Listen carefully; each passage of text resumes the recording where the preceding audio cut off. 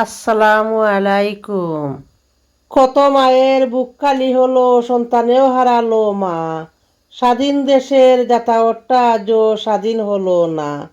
মানুষ লঞ্চে মরছে, ট্রেনে মরছে, বাস ডুবে যাচ্ছে পানিতে। সংশোধন না হলে কাজ হবে না সতর্ক বার্তার বাণীতে। মৃত্যুর মঞ্চে দাঁড়িয়ে আছে সুকান্ত বাঙালিদের জনপদ। যাত্রাটা আজও শুভ হয় না, কেমনে বলবো নিরাপদ। অন্যের সম্পদ মেরে দিয়ে তুমি হচ্ছ লালে লাল। একবার কি ভেবেছো তুমি কি হবে তোমার পরকাল? গরিবের সম্পদ মেরে দিয়ে তুমি আসো অনেক ডঙ্গে। মরার পরে কাফনের কাপড় শুধু যাবে তোমার সঙ্গে। সেদিন অর্থ সম্পদ সবই পরে থাকবে, কর্মের হবে না কোনো সার। আকতি মিনতি করেও সেদিন পাইবা না কোনো পার।